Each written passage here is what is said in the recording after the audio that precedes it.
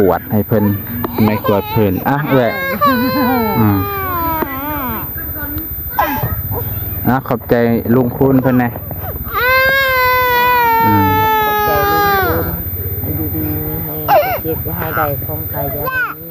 ให้สุขภาพแข็งแรงให้ยุบวันฟันเลยจ้าโอเคไปพี่น้องร้านหน่อยก็ให้อย่างเดียวเพิ่นไปพี่น้อง500 บาทเท่ากับ300,000กีบให้พี่น้องลุงบ้านน้องไก่มาเป็นสะพุนลุงดอนโอเคนี่ก็คือเงินของลุงเพิ่นซอยโอเคเก็บไว้ไว้ใส่ไว้พรในเพิ่นบ่ให้เพิ่นอยู่ดีไม่แห้งเอาว่าสาธุให้เพิ่นอยู่ดีไม่แห้งเจ็บจะได้ใครอย่ามีให้อายุมันควันยืนให้เบิ่งลูกหลานนี่แล้วพอได้เพิ่งได้อีกให้เจ็บจะได้ใครอย่ามีนะนี่ก็คือกวดโอ้สมัยอยู่วัดนี่ไม่กวดบัดนี้กวดเบิดวัดผู้ใดเกี่ยงย้อนได้คันสิกวดดีๆกวดแล้วเอื้อนเจ้าของผู้ได้ใช้ไผสิกวดให้ให้ผู้อื่นกวดให้ก็มันก็โพดแล้วนะปัดกวดให้มันเกี้ยงตัวละไอ้เฮือนเจ้าสมกับว่าอยากได้คือกับตอนเฮาบ่มีเด้คิดเห็นตอนเฮาบ่มีมันก็สิ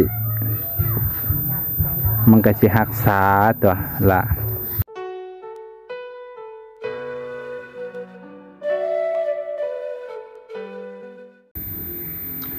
สบายดี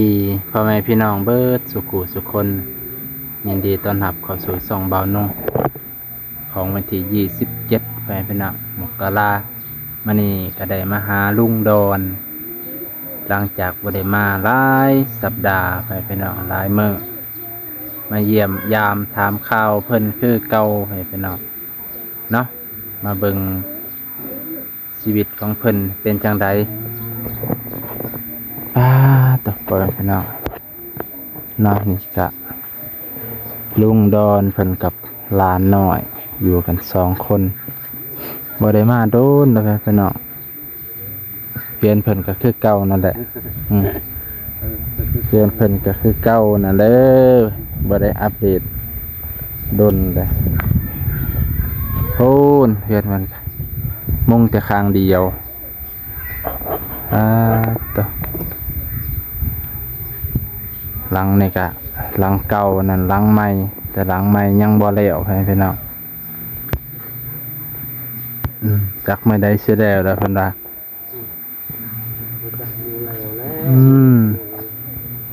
ไปเบิ่งใกล้ๆน้ำกันพากระตอกกระจาดก็มีอยู่ให้พี่น้องไป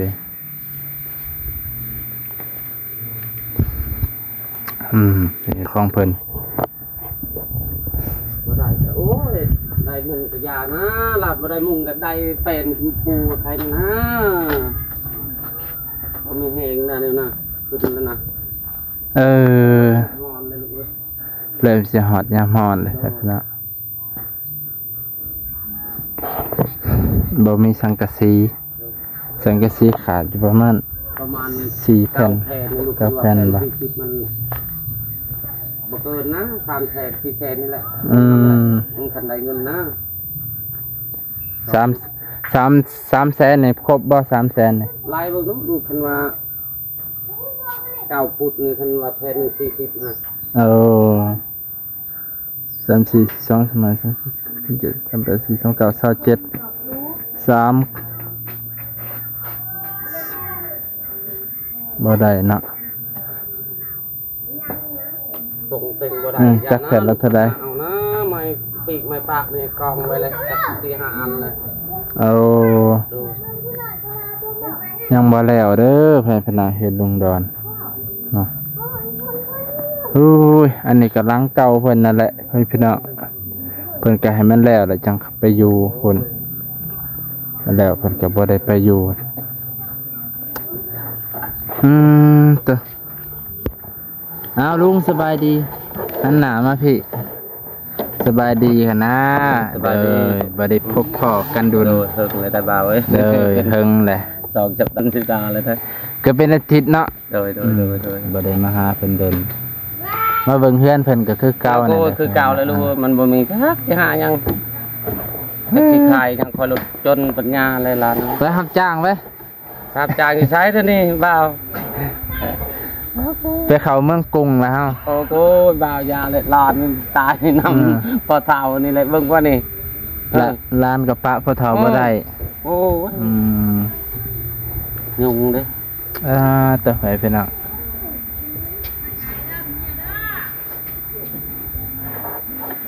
ผู้อายเป็นผู้น้องนี่โอ้จักไหนได้ อืม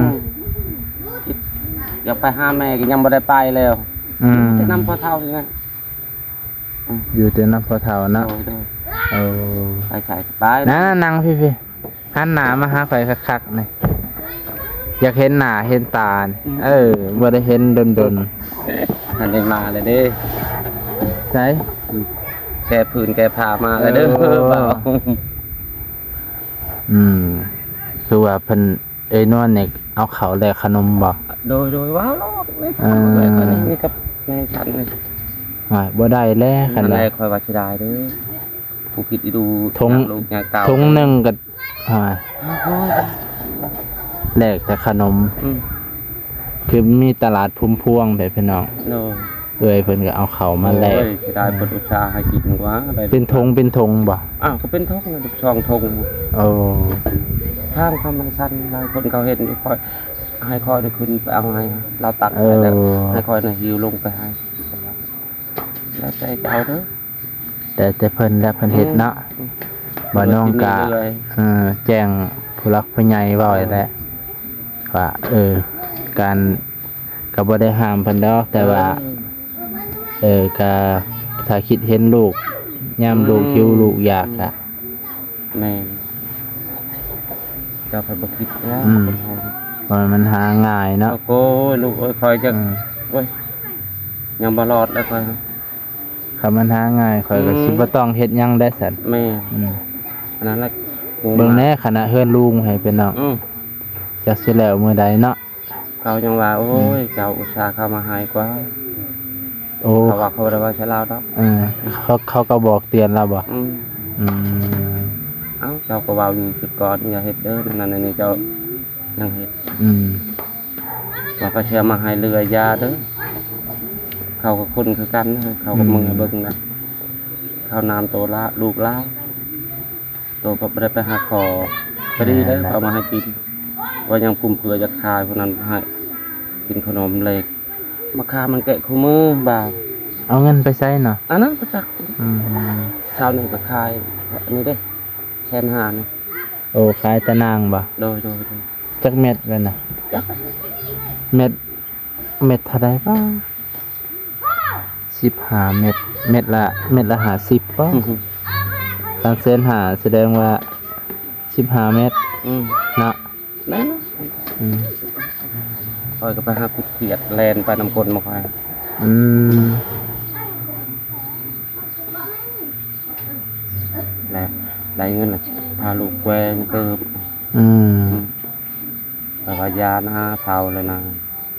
ส่งเชิญพาเด็กน้อยทุนแกวงเกิบมันมาแต่หักปัดเกียดนะป้า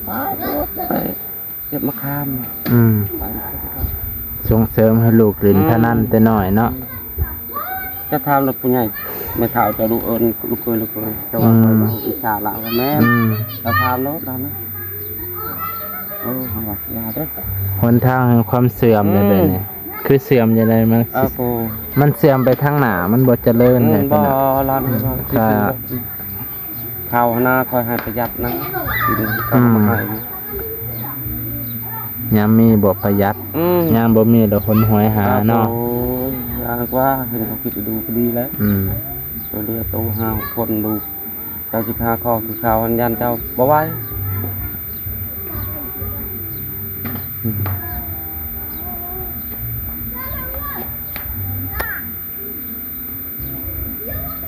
ฮะแล้วแต่เว้นแล้วแต่กรรมเพิ่นเนาะลุง เราก็เอาให้เจ้าพัง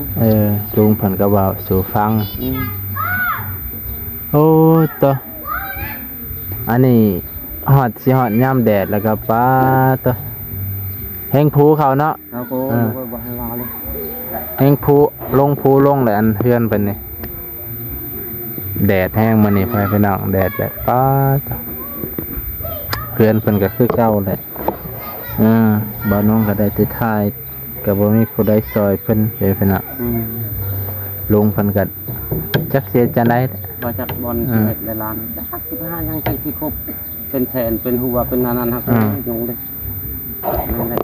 จะนอนพนันมาเฮิงบ่ได้เด้จังที่มุงเด้เบื้องเดียวนี่ว่าฝากไว้นี่แหละบ่มีเงินไปเที่ยวฉันนี่พอสิอยู่เฮ็ดหยังเด้แบบนี้นี่เนาะเนาะ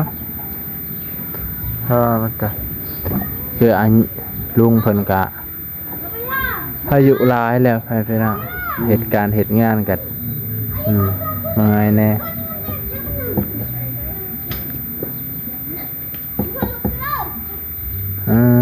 ต่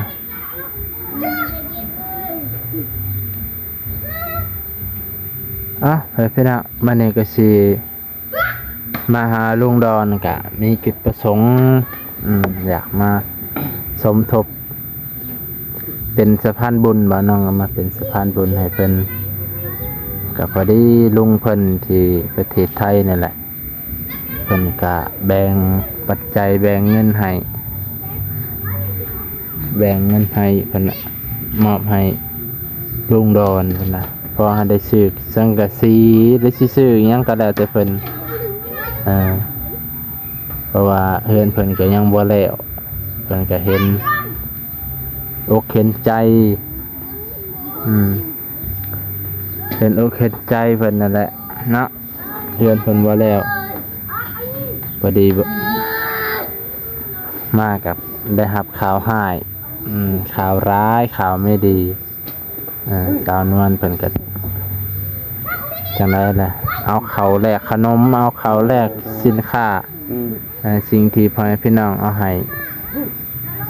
เนาะเฮ็ดให้เขาเบิดไว้เขาเบิดไว้ก็ฮะ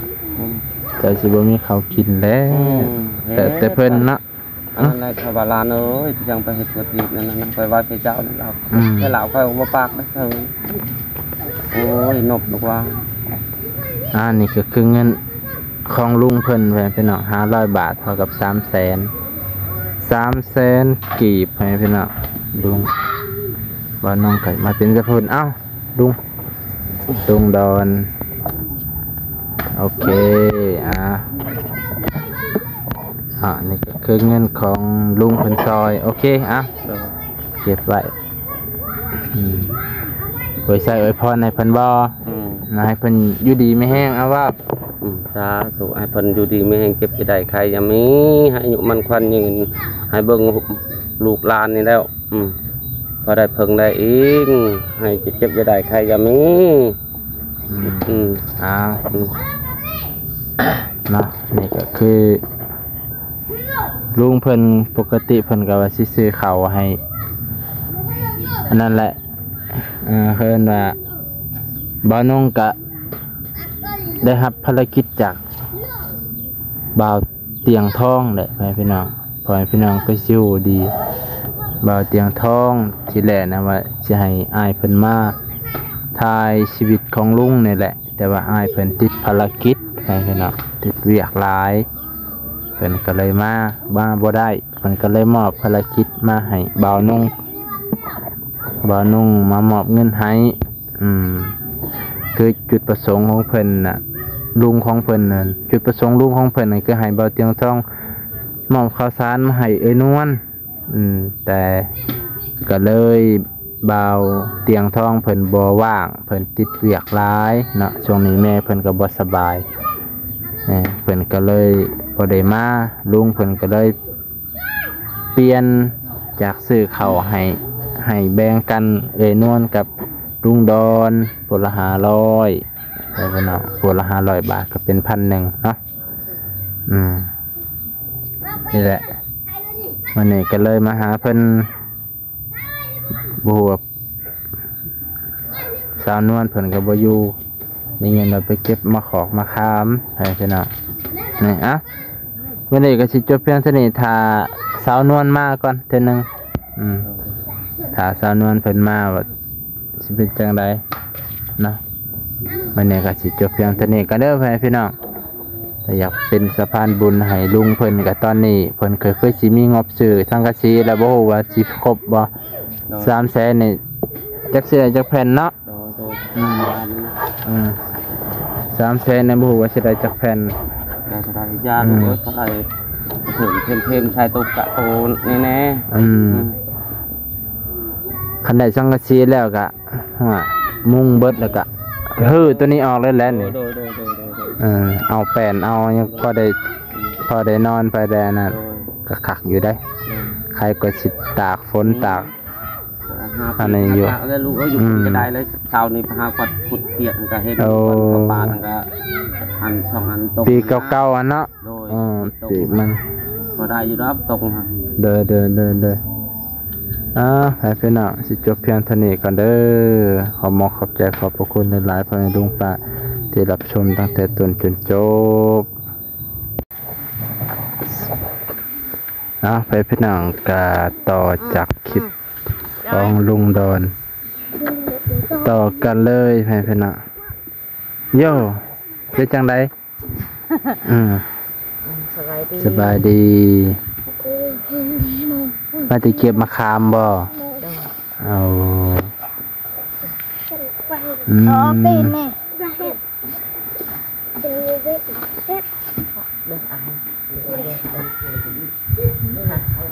มะขามสิเบิดแล้วติยามนี่เนาะ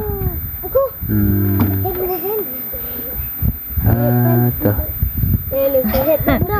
เบิดมะขามมาสิไปหาอีหยังบัดนี้จักเด้อบาดเบิดมะขามหรือบ่มีหยังหาได้บัดนี้ไข่มดแดงเป็นบ่หามหาไข่มดแดงบ่จุกนะบ่ไหวดอกมดแดงกูนั่นนี่เป็นบัดบ่นี่ใบไม้นี่ไปมันก็มันแสนค่ะสักยามนี้เด็กหน่อยเป็นวัดง่ายอากาศมันเย็นเลยมาฮ้อนได้ป่ะนี่เนาะมันนี่พัดฮ้อนเช้าแล้วน้องเช้าแล้วบ่เช้าแล้วตัดผมเด้อเริ่มบ่งามแล้วผมปกคูเลยเห็นบางอายตัดนะรอกันเลยจะบ่ตัดบ่สวยเด้เปิดค้างเอาเปิดค้างเอาจงเฮ็ดคือชายเลยจงหลากไส้เลยอันนี้เอาเหรอเป็นบ่ม่วนบ่หรือเพิ่นอยากนอนบ่จักเปิดตู้ฮะสีมือเอามือเลยเป็นอยากม่วนต้องเปิดตู้ให้ฟังได้แบบนี้เนาะไปถึงได้ลูกหัวหน้ารับเลยไปจักนั่นแหละให้แล้วอารมณ์บ่ดีอย่าขึ้นลูกอย่าขึ้นก้อยเอ็นก้อยป่ะจกได้เลยตกอาบน้ำอยู่วะนี่คือมอมแมมใช่ไหมนี่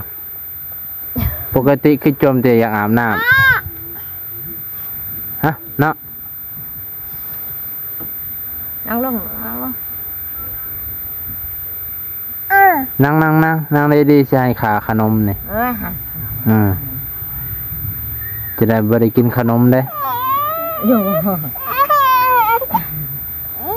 เล่นน้ำนองไว้เอาไปเล่นน้องก็ว่าน้าทงขนมละได้เอาทงให้น้องเล่นเอาเลยไปเล่นไอ้น้องแกงให้เล่นแล้ววะ เราก็บ่สบายเด็กน้อยอยู่บ่ม่วนแพ้พี่น้อง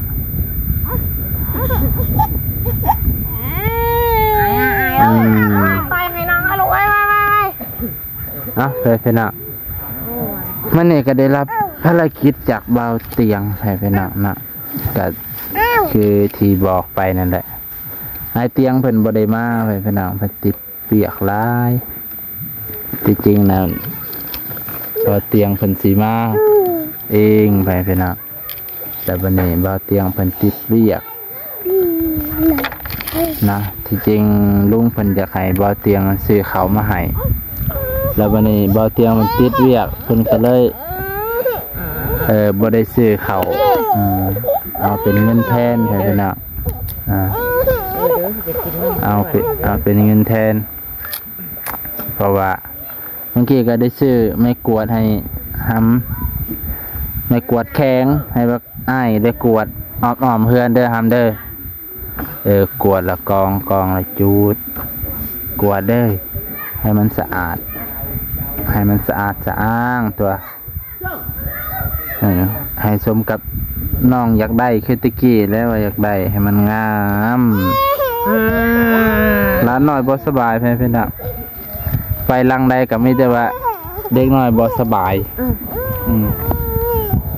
ขันบ่น้องเป็นมอนี่ปะอันเนี้ยเจอเข่าซิเบิร์ดแล้วบ่เข่าเนี่ยจะพอเบิร์ดไว้ได้เนาะอันเนี้ยเพื่อนๆให้ร้านหน่อยไปพักผ่อนกันเบิร์ดน้องก็จะเอาเงินให้เพื่อนกันจะเป็น280,000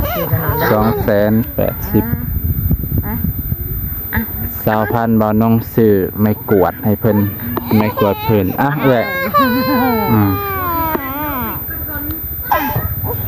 ขอบใจลุงคุณเพิ่นนะ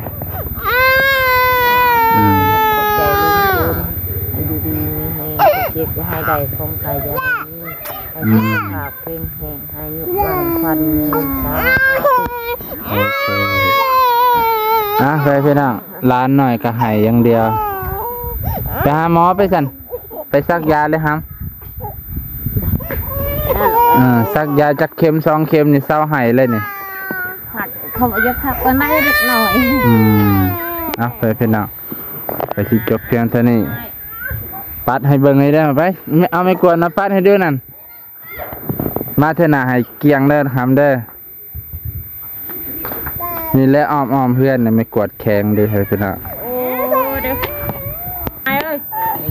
ไม่ใช่กวดไปอยู่บ้านนี่พวกนี้แหละนี่พวกเศษนั่นแหละเบิร์ดห่านนะเบิร์ดพอดี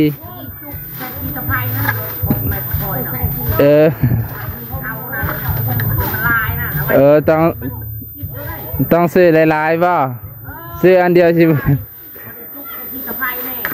รอดักตีเนาะกวด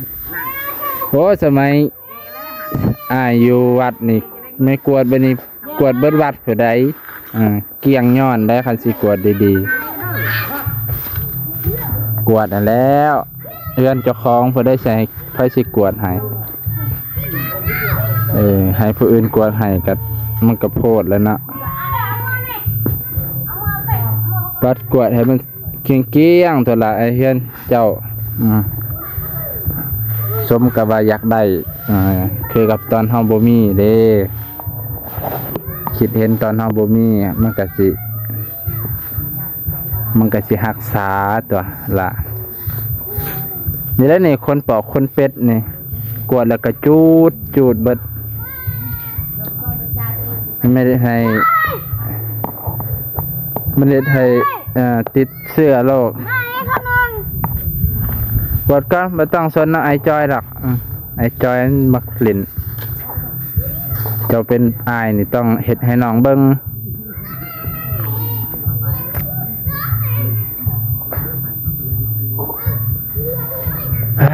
ต้องให้พี่น้องนี่แหละเพราะว่าแถวนี่หลายคนกับมา แกะมะขามตะกี้เนาะก็เลยอันนี้เนี่ยไปเป็นเนาะกวดนอกเบิดกวดเลิศบ่ได้ถือใครดักบ้าล่ะไปวันน่ะไปวันตะโกนนี่บ้าล่ะ ไปยัง รถ บ่บ่ได้อันนั้นสิไปในเมืองอยู่ ไปในเมืองโอ้พานั่นเล่น ไปเป็นเนาะ เ